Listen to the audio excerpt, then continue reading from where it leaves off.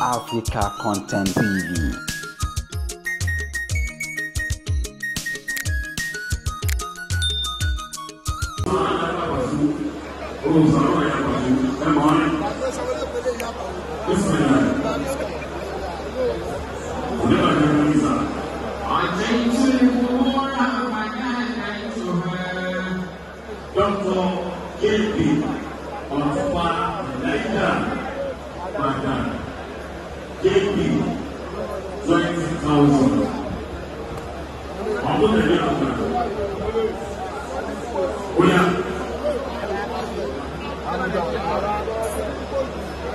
أين المعظم والمهتقر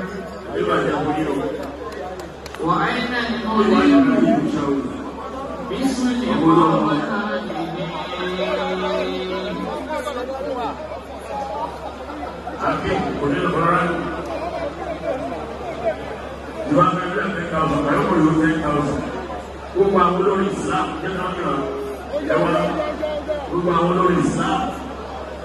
gbogbo àwọn báwọn ti kọrin tó láyé báwọn ta owó tó láyé wọ́n ní 20,000 ló kọ́ sẹ́yìn àbá lọ́dọ̀ ọ̀yà pàṣẹ. Laylatul Qadri khayrun min alfi shahrin tanazzalu al-malaikatu war-ruhu fiha bi'idhni rabbihim min kulli amrin salamun hiya hatta matla'il fajri. صدق الله مولانا العظيم. sì bọ́lọ̀ tó fi bálù kùránì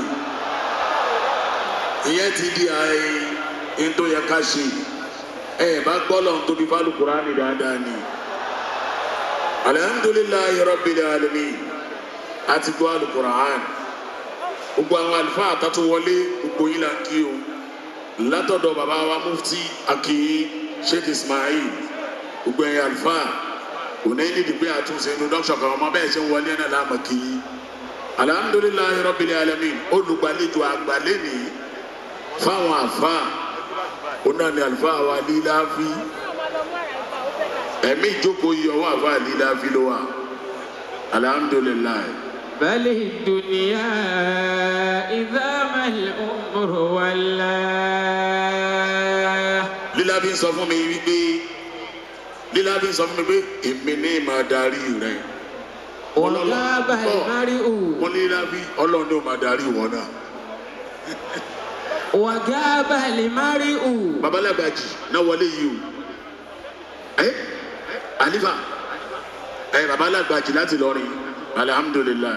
وفترش التراب. جارينا كاميرامان جارينا جاري باسو. تساءل.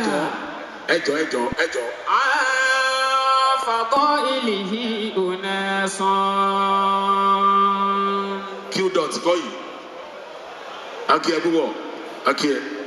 Q dot. Lọ́kì àwọn àfáà lókè. وخير الناس. bọ ewu dáadáa nínú. من ترك الجواب.